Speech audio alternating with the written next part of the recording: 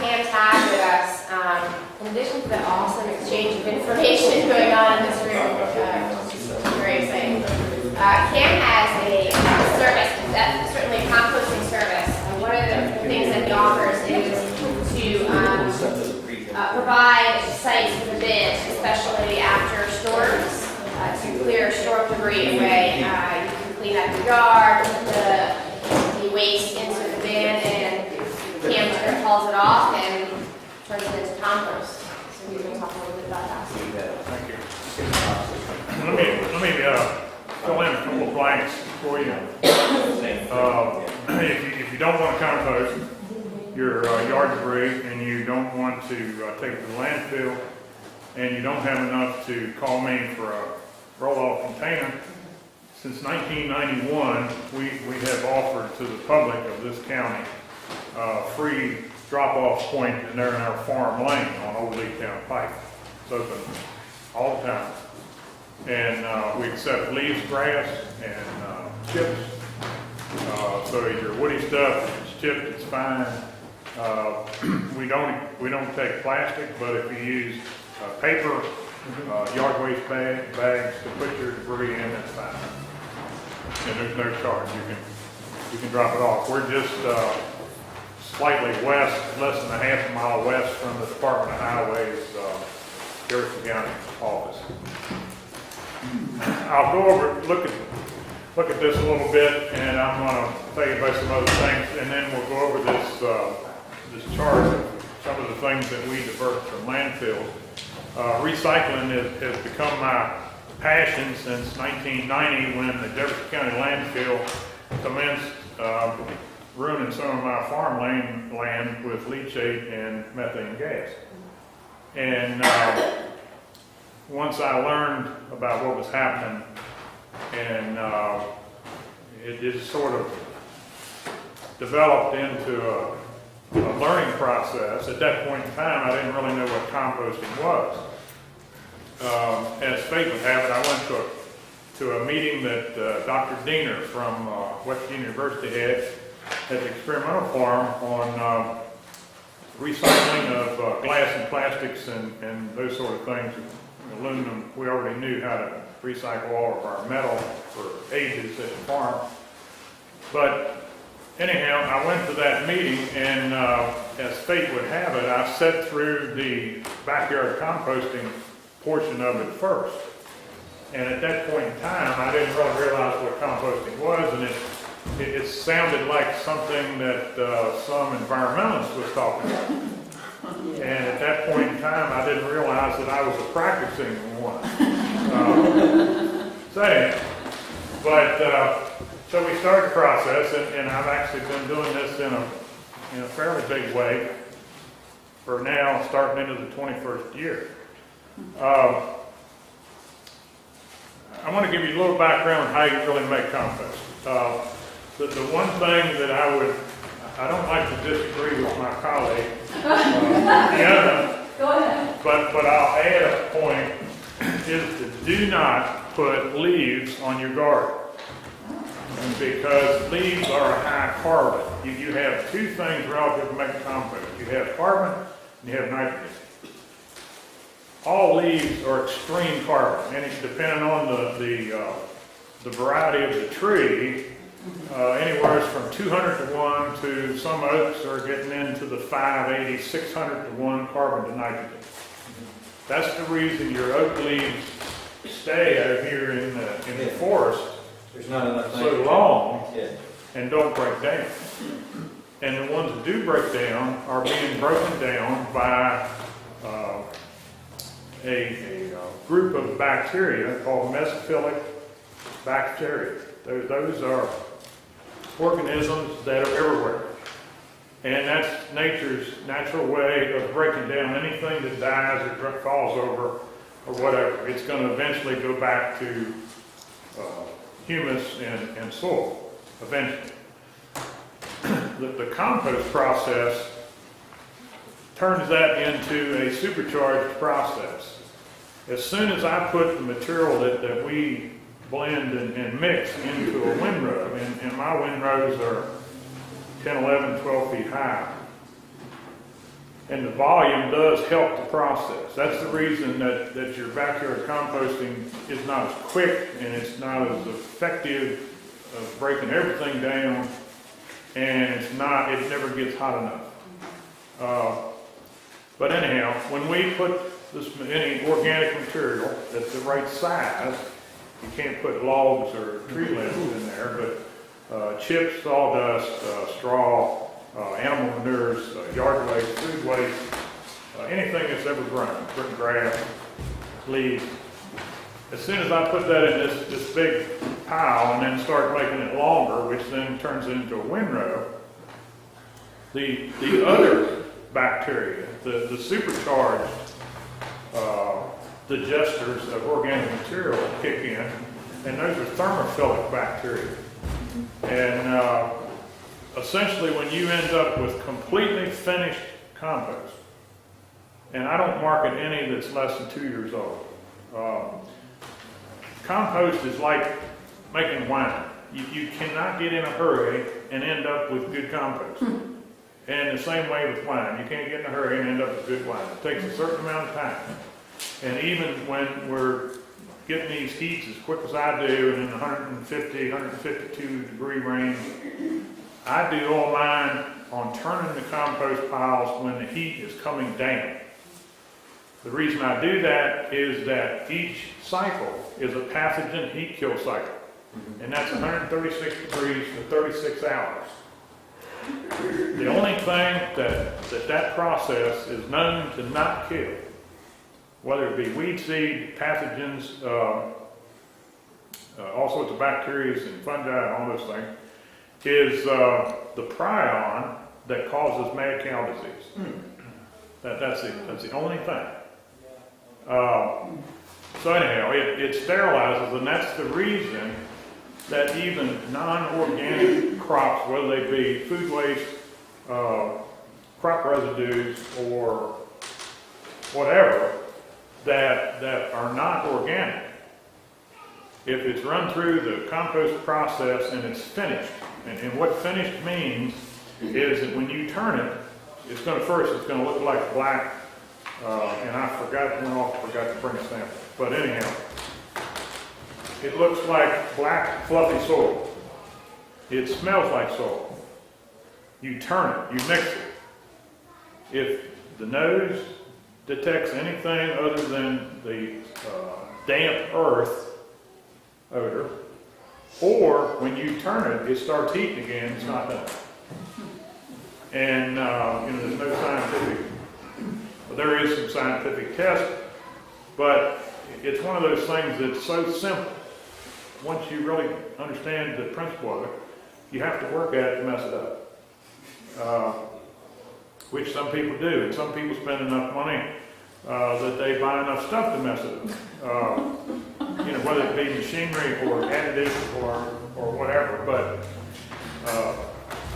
anyhow, the reason that I keep doing it, and have done it all these years, I haul a lot of material, I compost a lot of material for 5 years with no income from it, except the benefit in the crop that I was trying to grow. And as soon as I saw the increase in yield and health of the plant and quality of the plant, that kept me doing it. The other 4 years, the first year was just hard-headedness enough to make me do it, because there was people in my peers in the farm industry that said, have you totally lost your mind? This is something environmentalists do. We don't do that. So, first year is just hard-headedness. Other 4 years is, okay, I'm seeing enough response to my crops and the reduced amount of material that I was hauling to spread, because we were used to spreading all this animal waste. And once I started compost, I reduced that by 70%. So now I only spread 30%. I'm spreading a more concentrated, a more plant-friendly product than what I was spreading with this. Everything that comes from animals is a high acid, from the feces in the urine. So, you know, what I was dealing with was like 3.8 to 4.1 pH, and I'd put that out on the field to grow corn, and instantly my pH would drop, and that would mess up all my agrochemicals, plus the germination, whole bunch of things. When I spread finished compost, I spread 6.8 and 6.9 pH that's been naturally buffered by the composting process. And that, I actually saw that on soil tests prior to learning that. We had some fields that we were double cropping. That means taking 2 full crops off per year. And we were using compost on it instead of commercial fertilizers and no raw manure. And I was used to buying 1.5 tons to 2 tons of lime every other year because of all the acid things I was putting on the soil. Then that would drop the pH, and I had to put lime to adjust it. Well, we started seeing the pH coming up, and we weren't putting any lime on. And then I found out that the compost in a 6.8, 6.9 high organic digested, it's a digested product. What you actually see in a handful of compost is the millions and millions of bodies of the thermophilic bacteria that have digested and consumed the cellulose that they broke down.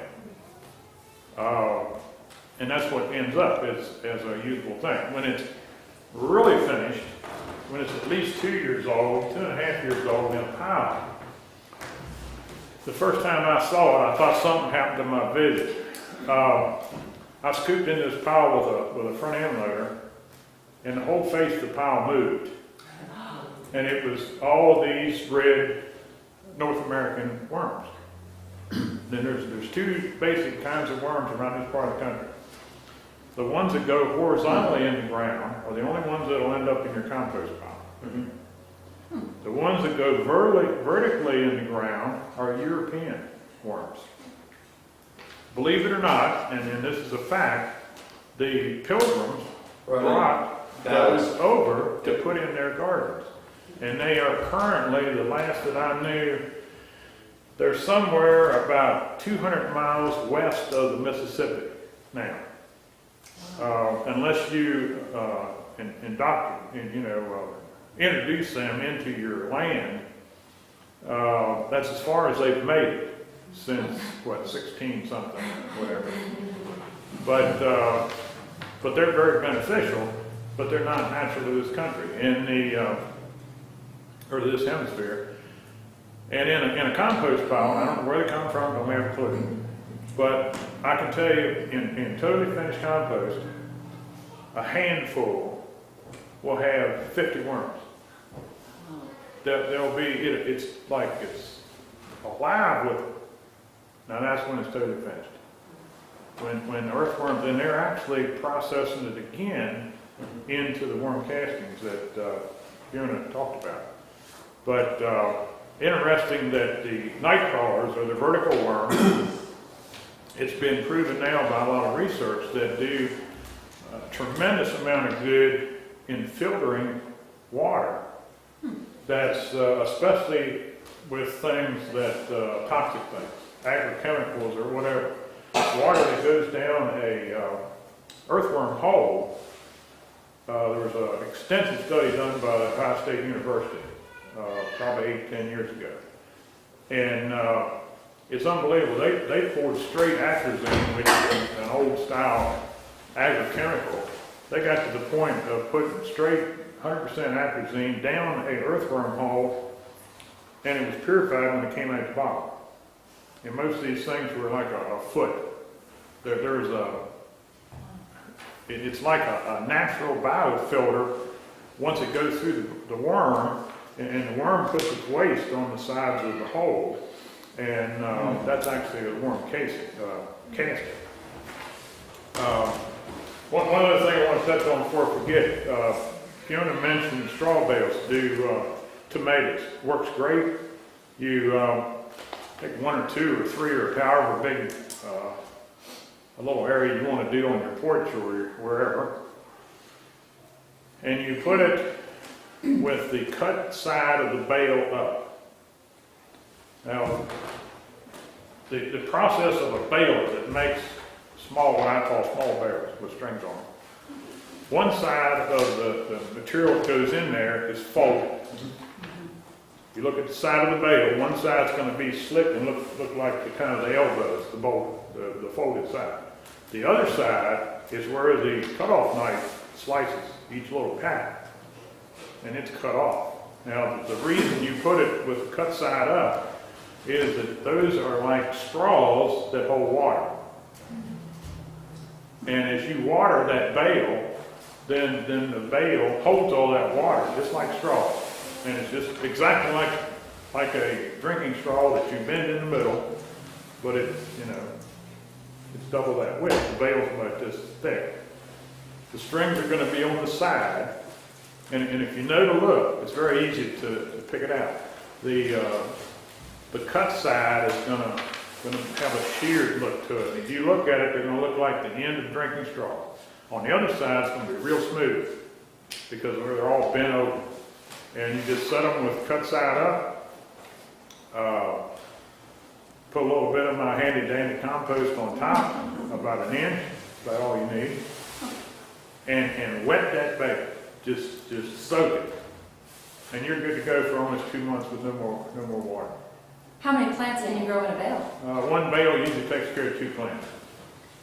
And what about nutrients and fertilizers? That's the reason you use my handy dandy compost. So then after 2 months, would you put more compost over it, or just You start just do it one composting time. itself in Just the put it bale? one time, and what you do, you put the compost on, you put it on there 1.5 inches or something.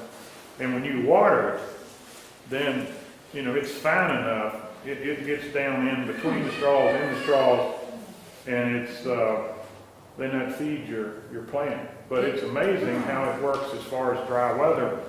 You get that bale where you can't pick it up. I mean, that thing will get so heavy. But and the other thing is, if you put it with the cut side up, once you stop watering it, then it won't leak any water. So you can have it on your deck or your porch or whatever, and it works okay. Need to have just a dowel rod or a fiberglass fence post, a little one or something, and just stick down in there, and then you can tie your plant to it as it goes up. And my wife put she has those hardware cloth rings she made, put around them to keep the deer out. But other than that, it works good, and it's up off the ground enough that the rabbits weren't a problem. We have a tremendous population of deer, but just like all y'all do. But anyhow, the straw thing works. It's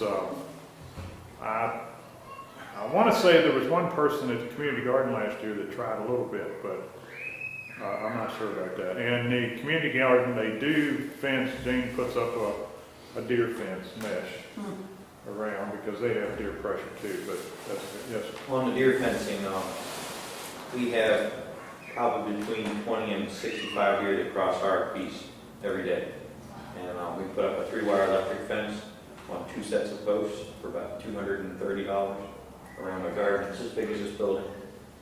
And I've yet to have a deer in it. And what, you got the 2-wire outside or 1-wire outside? It's 2 wire on the inside, 1 wire on the outside. It's 20 inches and 30-some inches, about 42 inches. Okay. And 3 feet apart or 30 inches apart. Now, did you bait it with peanut butter to start with? And Oh yeah, yeah. Okay, that's key. That is You key. got to train it. Because if it's run on a solar charger, and when it's You got to for train a couple them to weeks, stay at it. I haven't heard them, but I've been told that deer make a strange sound when their tongue contacts I us. haven't heard that, but I bet they do. Yours would too. You would too. They have Let me, and they're not gonna see the wire, but they're gonna be attracted to the smell of the peanut butter. When we Right, use, but we once use they the white get hit, polygraph wire, they know that perimeter. Yeah, and you can see You the gotta deer train. don't walk next to it. They walk 8-10 feet away from it. Let me touch a little bit on what we do besides farming. We used to be a dairy, and then we transitioned about 9 years ago the beef cattle operation. All of our finished cattle, we raise antibiotic and hormone free. They're not organic. To me, as an ex-dairyman, organic meat and milk is dangerous. And the reason being that to be organic meat or milk, they're neither vaccinated, immunized, or tested. And I'll chance it, but I will not let my grandchildren eat organic meat and milk, because everything we have learned over the years of things that you can get from those products is a risk. What Fiona does, you know, with vegetables and fruits and all that, is great. It minimizes the risk, but and this is a personal opinion, but you know, we still do the full health program on our cattle. You know, I don't want a chance of having TB or brucellosis or anything that would pass on. So that's the reason I'm against organic meat and milk. To me, it's not worth the risk, but that's a preference. So we raise beef cattle. We do not sell packaged meat. We have some vendors that frequent the farmers markets that buy from us, and then they sell packages. We sell whole animals, and currently we sell about 60%, which is a couple hundred a year, to individuals, groups of individuals. Now these are 1,400 pound animals, and 4 or 5 individuals will go together, and we've got 3 butcher shops now that will divide equally. The old way to do butchering was, you know, we get a quarter, and I can get a quarter, and somebody would get a half or something. Well, you don't get the same cuts. So, but now the younger generation in the butcher business will divide those parts up. If there's 5 people, Oh, wow. then they'll have 1/5 of everything. And what we do, we sell them delivered to your choice of the slaughterhouse. And ends up, even with the live fat market being in excess of $1 a pound right now, the last that we figured up, the meat in the package, by the time it was slaughtered and packed and quick frozen and in vacuum bags, and you're ready to pick it up, is going to be about $2.80 a pound. You would pay me about, I think right now it's going to be about $1.10 live weight, and then by the time you get the exchange and the percentage and all that and the butcher charge, you're going to have about $2.80 a pound in the final package. That's straight through. So anyhow, we do that. We raise grain, corn and wheat and soybeans and barley. Our cattle the only thing we buy for our cattle is salt. Everything else they get, we grow. And since 9/11, the reason we're able to sell a lot of our animals direct, since 9/11, people in this region are actually interested in where their food comes from. And that's the reason to support people like Fiona and the farmers markets. And something that she didn't touch on, but we've found in the past that locally grown plants to put in your garden, number one, they don't have the stress of being shipped in the mail and all that. And number two, they're already used to our climate. So I'd at least give some of her product a try. Then the different things that we do, besides the crops and the cattle, is that we have these roll-off containers, and you've seen them. It's a box that's on the truck, and we drop it off here, and you put your stuff in, and then I pick it up. Waste Management has them, all the waste hauls. The only thing different about mine is that we don't take any trash. The only thing I haul is wood and manure. We do 2 different types of wood. We do natural wood, which is from stumps, including stumps, to the leaves. everything in between. And then I do clean wood, and clean wood is pallets and packaged material that's been heat treated, and I convert that into horse bedding. And if you'll start looking at your thing, you can pick up on some of the process. But if we start up in the left corner, upper left corner, I rent out these stumps or containers for stumps from clearing wood, yard debris, storm debris, and that's natural wood. We split the stumps. We have an attachment on an excavator, it's like a large backhoe. It splits the stumps and we get the rock and the dirt out, and we separate the wood, and that's converted into mulch, into just natural mulch. Then that stump dirt, which has some unique properties we didn't really realize until a few years ago, is then just stored in a big pile for at least a year. I don't use any stump dirt fresh. We actually put it in a pile, and it generates some heat. It's got some organic matter and some wood pieces and different things. You'll see it come down, the dirt and stones and the small wood is then mixed after it's been in the pile at least a year. Then we mix, our standard mix for topsoil that we sell is 80% stump dirt and 20% finished compost. And that's finished compost, that's at least a year and a half old. We also make custom mixes because we price our compost and our topsoil mix the same per yard, $20 a yard. Then if you want a 50-50 mix, if you let us know ahead of time, we can mix that. We also mix mixtures of the stump dirt and compost, and then of course we screen it for bioremedial storm ponds. Now that's a new term for a new style storm pond, and in most cases they're wet bottom, which makes them an artificial wetland. And we can match with the organic matter level of the compost and the soils that we have in this stump dirt. We can match all the criteria that's called for that. The advantage that we didn't know about with this soil that comes away from the roots of a stump, when a tree gets in the neighborhood of 50 years old, as you go home, look at all the trees you go by, and you wonder, okay, this tree's 100 years old, and this one's 150 years old. And you wonder how that tree still maintains a growth cycle when it's set there in that same spot for all this time, and nobody's feeding it.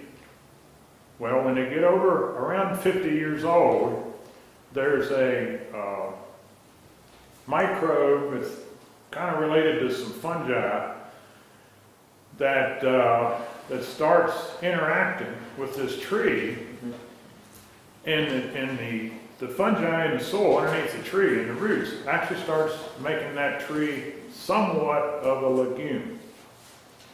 And when I say that, it starts making its own nitrogen. Well, it's kind of a biochemical thing, but when you take that soil from under that tree and use it for other plants, that benefit is still there. There was a guy that I deal with in Shepherdstown that does a lot of high-end tree work, and he was always talking about these biodynamics of this soil and this and that, and I thought it was just a sales gimmick, and so I'd sell him the product, but then I found out a friend of mine sent me an article here about 2 years ago, and there's been some extensive study on that, and it's real. There's a difference to that dirt underneath that tree. And when we split apart that stump, we get two products. We get clean wood, which makes nice clean mulch. You don't want mulch with dirt in it, because when you mulch, you want to control weeds and maintain the moisture. If the mulch has dirt in it, then it grows weeds, which you don't want. So, and the other reason I don't want the dirt and rock is when I grind it, this equipment that I have, it costs me a lot of money tearing up parts, wear parts, the abrasiveness of of the rocks and the dirt. Anyhow, if we go on down this line and it says, okay, we screen it, and then we get a real nice uniform product that's at a minimum, we don't sell any straight topsoil. A minimum 20% compost, 80% topsoil. Then you end up with stone and wood, gravel, rocks, whatever. We mix that with nitrogen-rich manure. That's out of the pen where we feed these cattle to finish them. And it takes about 2 years, but we'll windrow that. Everything we do is put in the windrow.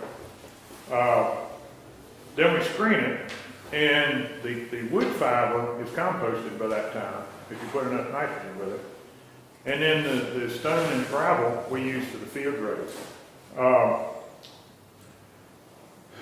The green area tells about the containers for the building scraps and pallets.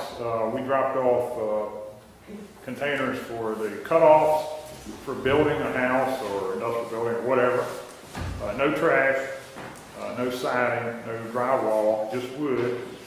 I convert that and make that into a horse bedding.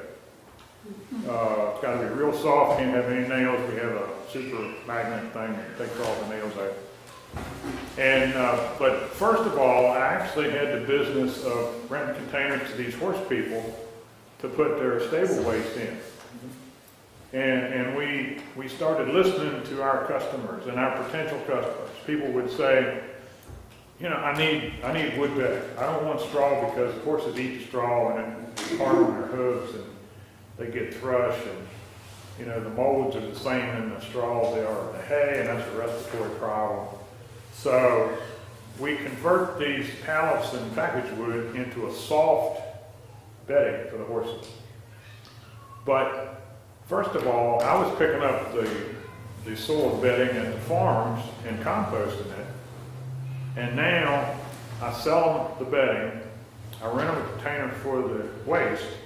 And after the horse uses it, I give it back a second time. And then we compost it. So that seems to work out pretty good. Let's see, where are we at? All right, the ground, if we go down here into the brown on the second column, ground into mulch, we ground it rough ground back last fall or in the summer, and then we put it in the big windrows and leave it, and then that ages, that gets color and whatnot in it. And if you do it coarse, it won't catch on fire. If you grind it fine, it don't catch on fire. So now, this time of year, we start grinding for your mulch needs in the spring. And it's usually, all mine's usually at least a year old, but it's sometimes as much as 2 years old. So the key to that is with mulch that you don't want green mulch because that's the same as the leaves. That's a super high carbon, and carbon is a magnet to nitrogen. If you put green, what I call green mulch, that doesn't have any darkness or any fine compost looking material in it, and you put that around a new plant, everything that's carbon wants to break down, it needs nitrogen. And that high carbon will actually extract the nitrogen away from the soil around that plant. And it'll turn it yellow and, you know, you might lose your plant.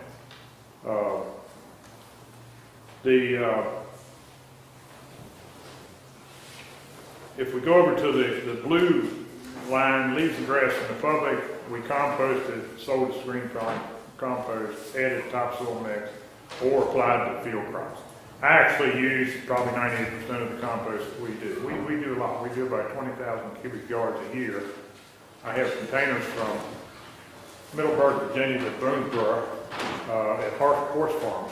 And we exchange them, you know, they call us if it's full, and we exchange it, and then we compost that. The carcasses and food scraps in the last column there, we use all that for field crops. I don't sell any of that to the general public. We do carcasses, whole farm animals, cows, horses. And we also supply material to the 7 eastern counties of Department of Highways for their roadkill composters, where when they pick up a deer or whatever's on the road, they use the material I furnished to them to mix with that and break it down. It sounds, carcasses processed through a compost pile probably sounds bad to most everybody in here except me, but when you do it right, when you do it the same as I do it in my backyard, we have tours there at the farm. We just had one this past week. And I purposely take them by the area that has a couple hundred carcasses in it, in this windrow. And then I tell them what they just went by. And you can't not tell them. You got to do it right. You know, you can't have buzzards coming. You can't have foxes coming. You can't have smell. So if you do it right, it works fine. That's an overview of that. You can take those home with you. But we tend to practice what we preach. The one product I get paid 4 times for, and that's just a whole lot better than milking cows. And any place you see these dollar signs is when I'm selling something to get paid for it. I told you earlier that I did this for nothing for 5 years. I'm telling you that the warm and fuzzy feeling was gone. It was costing me money and it was costing me time and a lot of energy. And my lawyer figured out a legal way for us to do the thing. And it's important whether it's patronizing Fiona or doing your own garden. There's got to be an economic incentive, or you're going to eventually get tired of doing it. As long as it pays you to do it, and you can see a benefit in your grocery bill, a benefit in your children's growth, whatever it is. As soon as there's some sort of a either economic or natural incentive, then you will continue to do it. And that's a good thing. We want to, Vanessa and having this group and whatnot is trying to promote things that are better. And it's just it's something that we need to keep in mind that, why do I do this? Do I do it just because I'm hard-headed? Or did I do it for a reason that I'm going to continue to do it from now on?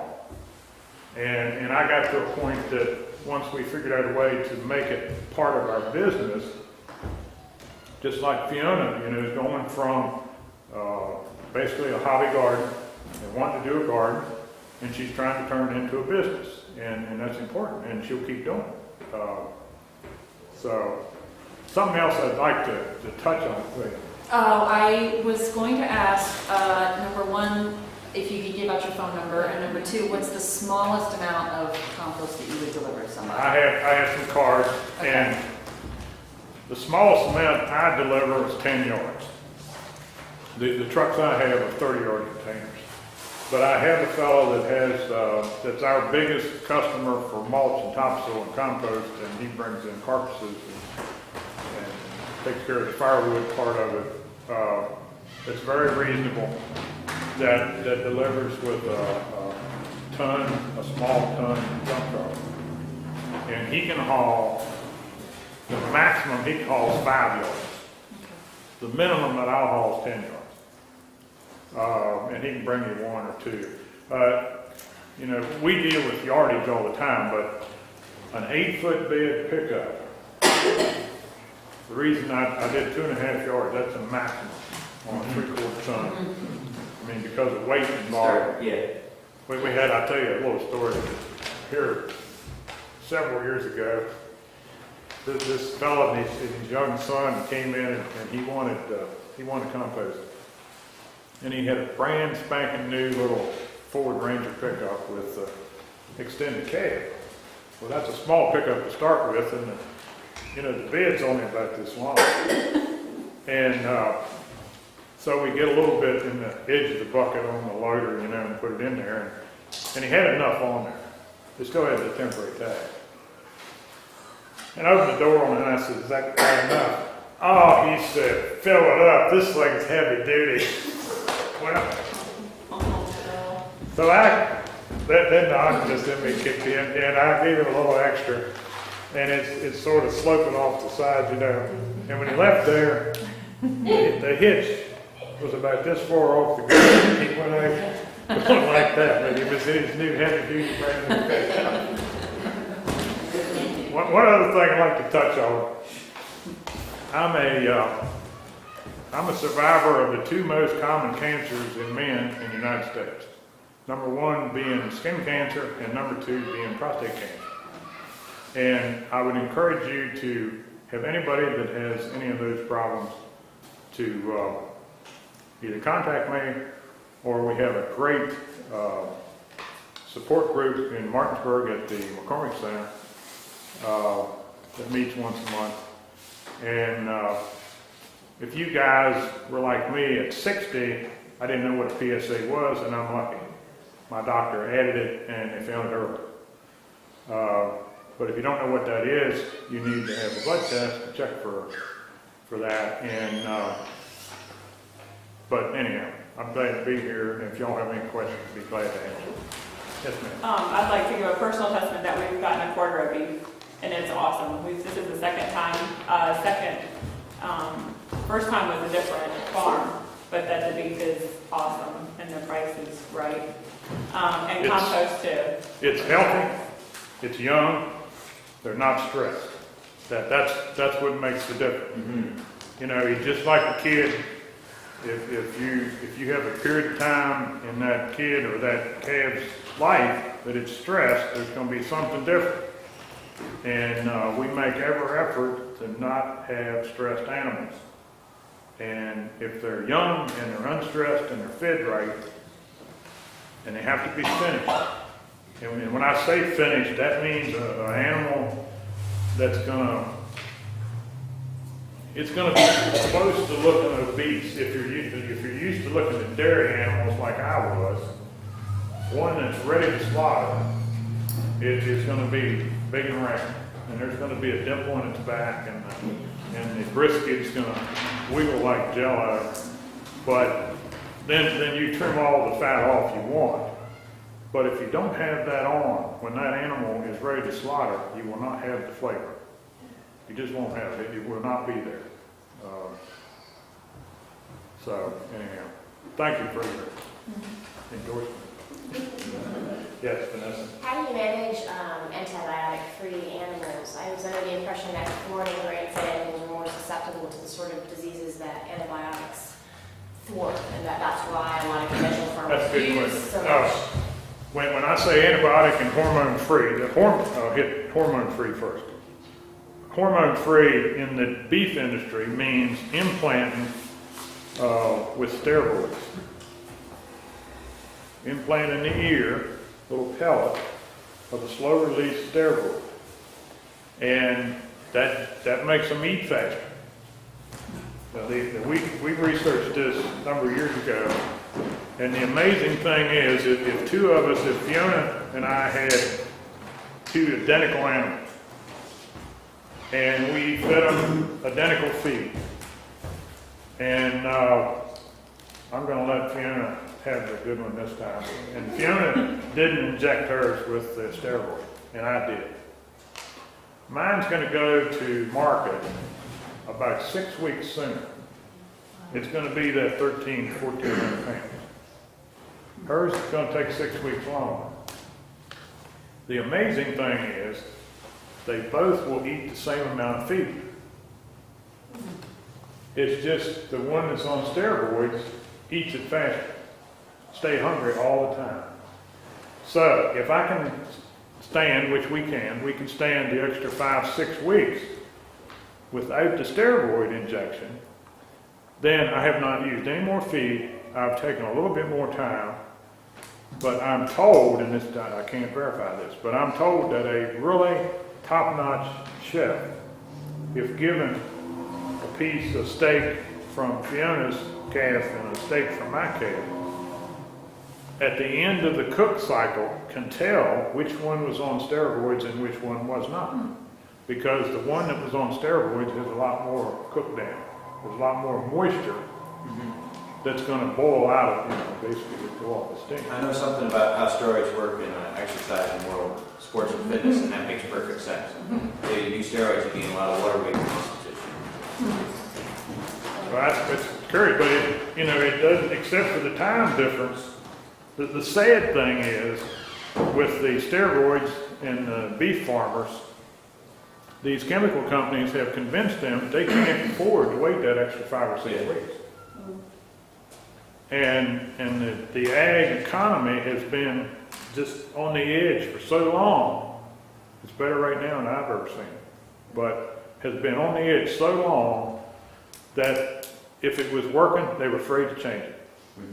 And the rep would say, oh, you can't afford to not use it, and they keep buying it.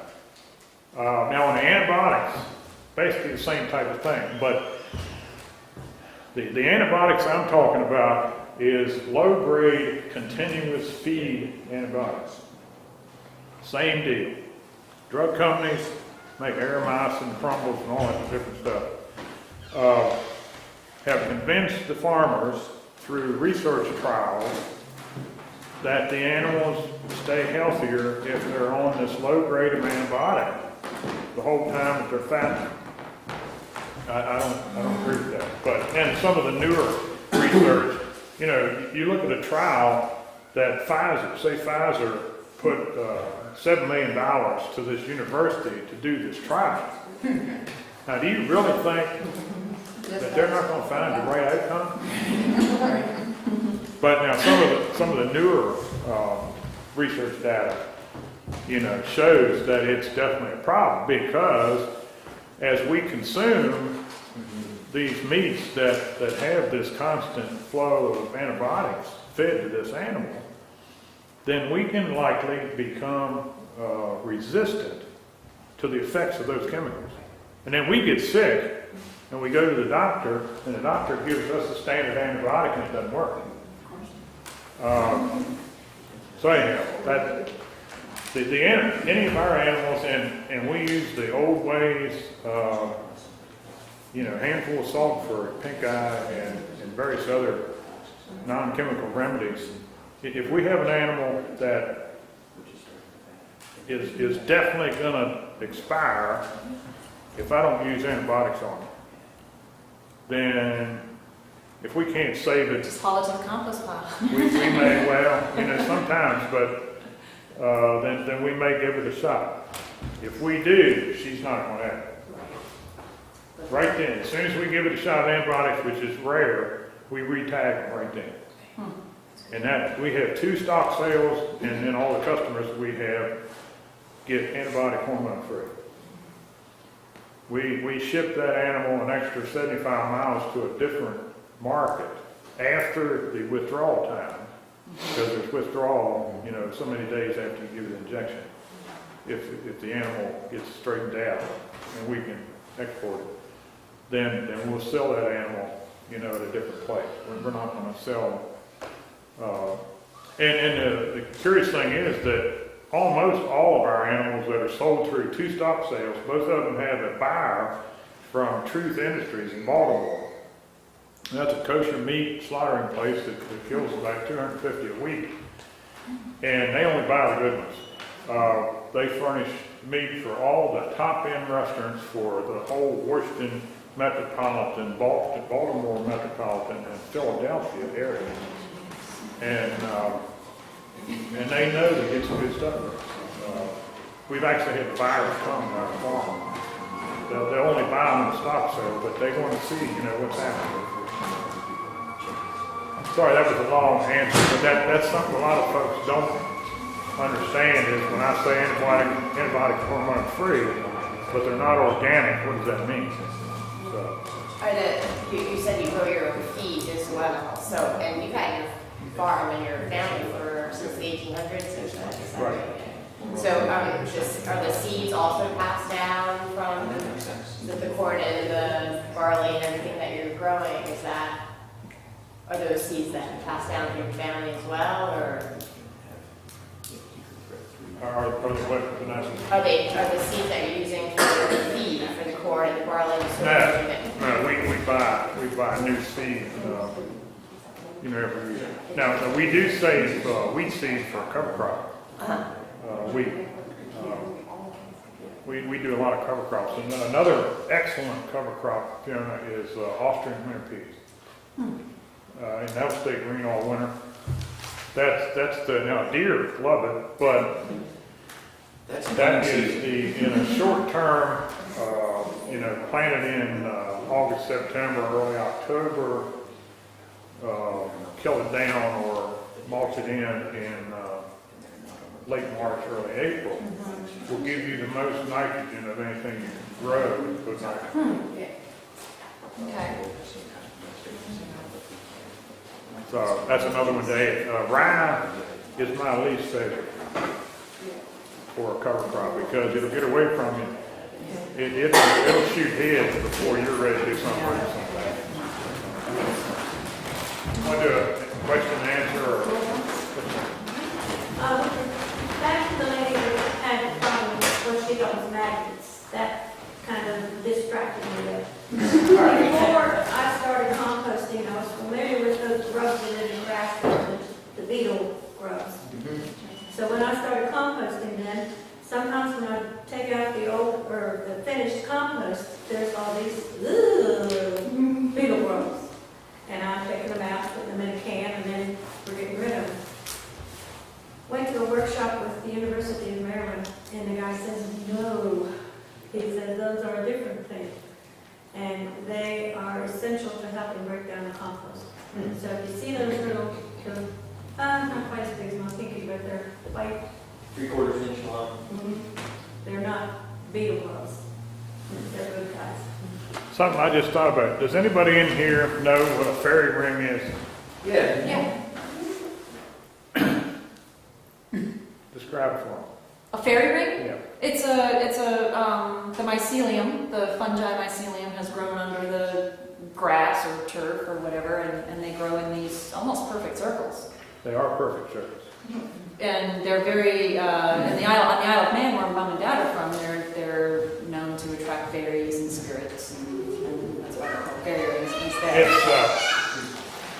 She's got the regular name for it, but watch for them this spring. I know where there's numerous, but the biggest one that I've ever seen is at Hartsburg Park. Now it's a location of a tree at some point in time, and some of the same organisms that make this stump dirt better is what activates these spores for the fungi, and you only see them for a few days, and normally in the spring, but this past fall, when it got real wet, the temperature and the moisture was just right to where we had some that came back. And if you see one that's like a semicircle or not a complete circle, then something's been disturbed there. If it's not been disturbed, and why? If you find one, watch it, because the circle that the fungi are in, the grass will be greener. You can see in The reason that the grass is greener is that fungi is working from the same basic bacillium type of thing that makes the tree generate, or the soil generates the nitrogen for that tree. But the odd thing is, each year that circle gets bigger. And if you look, if the one activates, they don't always do it, but usually at some point, if you turn going toward Frederick on 340, if you turn left and you start around the turn, and just before you get to the road that goes up to Bolivar Heights, in the corner of that field, there's one that's about 60 feet across. Now, I don't know, that's an old Big tree. deal there. But each Once year, you're past about 30 or 40. each year, that circle gets a little bit bigger. That fungi will not grow in that same place again. But that circle will be green, and it'll be green for a long time in the summer after they'll only be there 4 or 5 days or something. I don't know. I mean, have you seen them around here? I have not seen it out here, just on the Isle of Man. That's one that's readily available. We've got numerous that I know where they are, but it's kind of neat when you see it. It's something that's, and they're perfect circles. There's not any oblong or egg shape or anything. It's a perfect circle, and then the next year it'll be a little bit bigger. I think about 6 inches. So this thing is 60 feet across. It's hard to So tell. when they show in our field, they're 6 inches to a foot wide. The dark green band you see in the field in the summer. Yeah, the green So band you would be figure about, they're moving about the width of that band every year, do 6 yeah, or 8 inches. as near as I can tell, look like big toadstools or something. Yeah, They'll move out about 6 inches or so each year. But that strip will be a little wider, yep. you know, to be green. There's some of those things kind of neat to watch for. Thank you. Thank you.